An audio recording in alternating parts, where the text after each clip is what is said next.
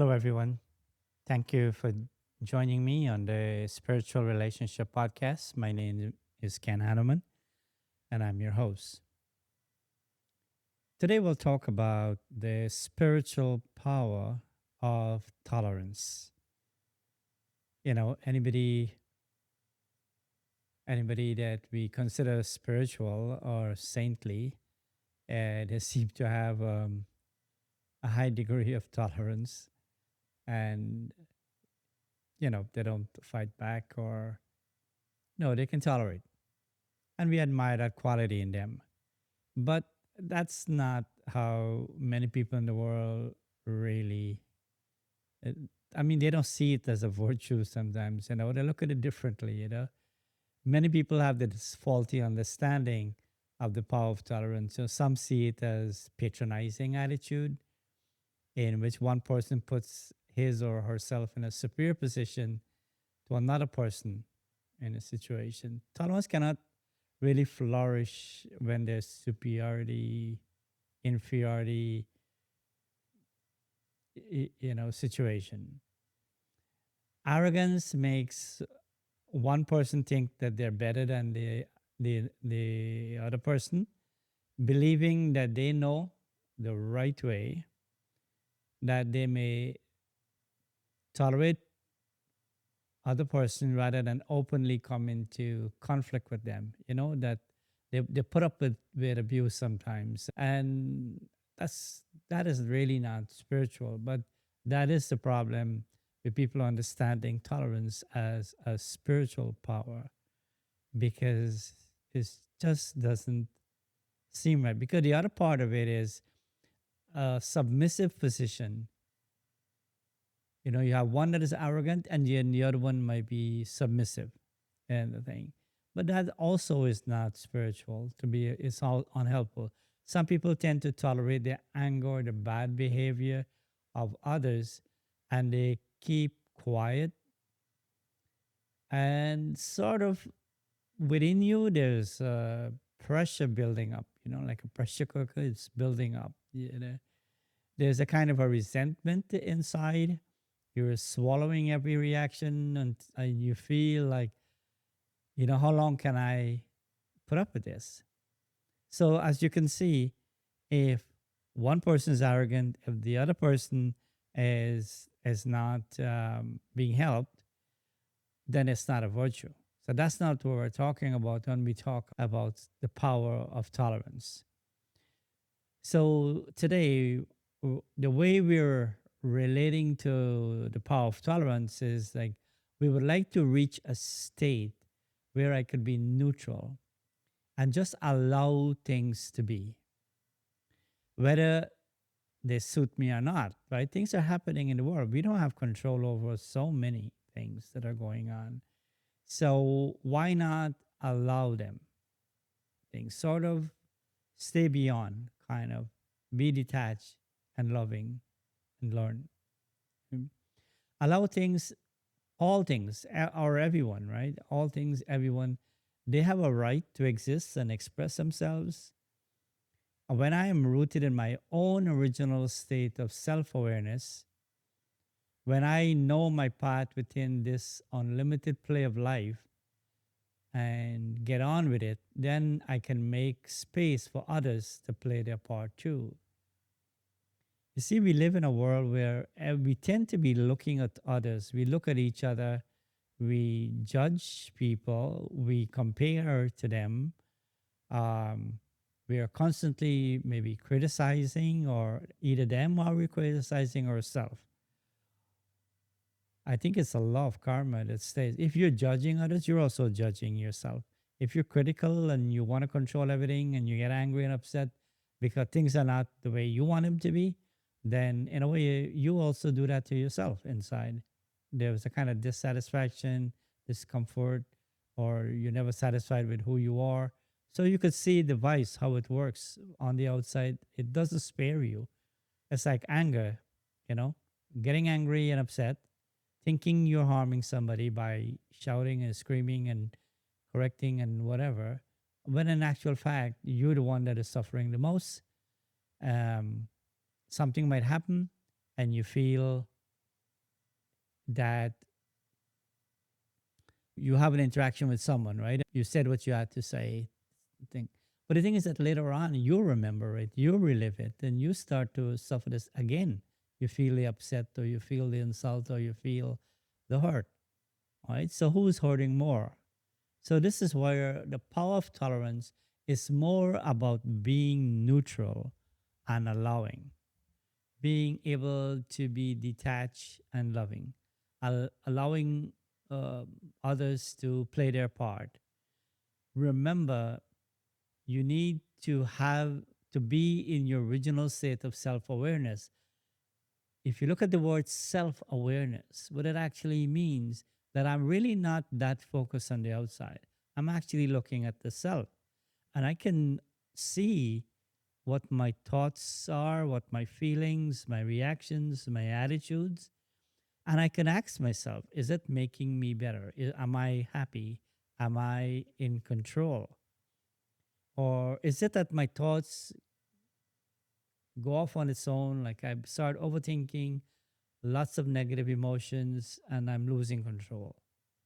So in that case, I'm not enjoying myself. And usually, emotions are what how I define emotion. An emotion is a reaction to something that is happening on the outside. So you get angry because something is not going your way. You feel fear when you have no control. Um, but inside, I'm more self-aware and I know who I am, and I can I have this power to withdraw from the world and enjoy that, or contemplate and have a relationship with the being who is the ocean of peace, the ocean of love. If you want to say in that bubble or in that stage, you are in control of your emotions. Your body is calm, your mind is calm, and you can then think clearly when the mind is in a positive state. You know? So tolerance is more about allowing. We have a There's an image, a picture of a tree that is filled with fruits, and a little boy was taking a stick and trying to beat um, to get the mangoes, by hitting the branches. And it feels as if the tree is giving, even though it is being beaten. And that is probably a good, maybe one picture, one image of what tolerance is. That in spite of the insult that is coming from outside, I still don't move away from my original nature. I don't allow to be influenced by the outside. I am very strong. I'm very stable inside, and I am not interfering. I'm giving others space, and I'm protecting my space. So it's mutually. When I protect my space, in a way, I'm teaching others how they can also do that. It's really something to think about, that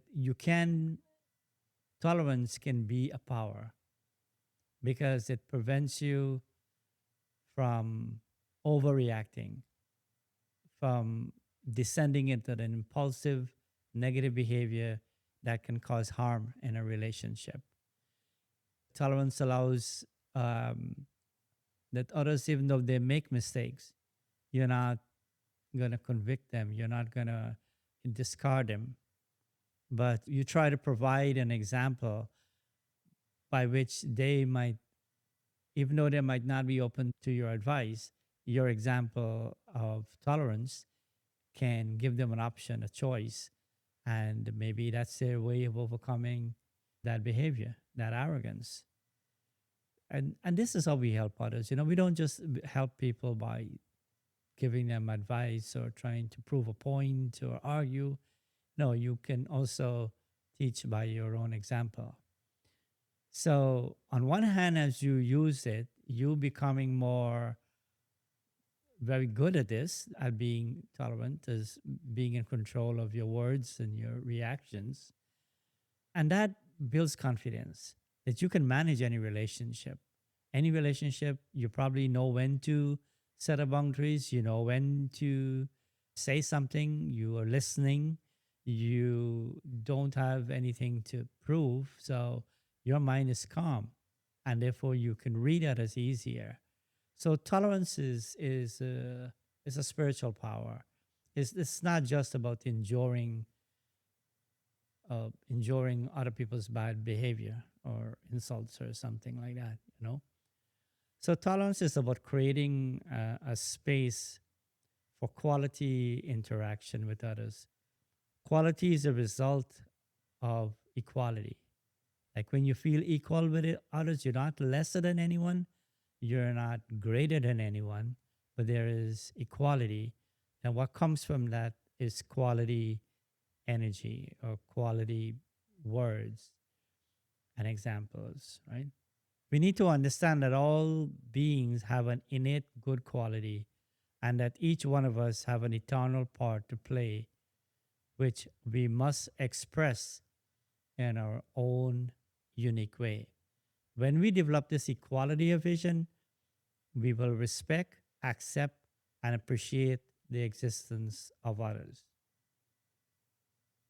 This uncluttered coming together with each other, it complements differences because we're not all the same, right? I mean, there's not two people who are the same. And maybe that's the beauty of life. There's the variety. It's actually makes the world more interesting. And if you're feeling secure within yourself, you would appreciate that and you will enjoy relationships better. The most important relationship is a relationship you have with yourself. Never allow yourself to descend into self criticism or to a point where the more you feel negative about yourself, the more you feel that you have no hope or no energy or no courage. This is worse than somebody insulting you or causing you because it changes your behavior and you lack the perseverance or the resilience. So the power to tolerate helps us to grow. And so look at it that way. One guideline or one law you say that we follow is like don't give sorrow and don't take sorrow. So keep that in mind in your meditation. Think about this more deeply and see where, rather than getting upset and getting annoyed and angry and upset or becoming scared, try to see what you can change.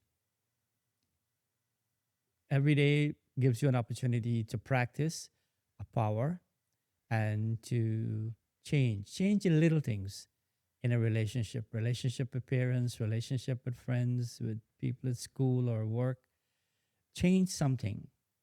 Maybe it can just be the words you use. Maybe it can just be an attitude. It could be the way I cooperate with others, the way I set up boundaries, the way I protect my peace or my dignity.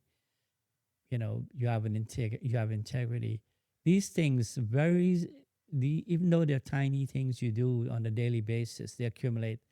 And the beautiful thing about change is that you're not changing one thing. Like you might focus on anger or fear or anxiety, but any victory or any empowerment or solution that you come up with, it will help you with all the other vices. Then you'll also be able to recognize some of the values that you probably grew up with actually was causing you sorrow, and maybe you need to change that, because the most important thing is your happiness and your peace.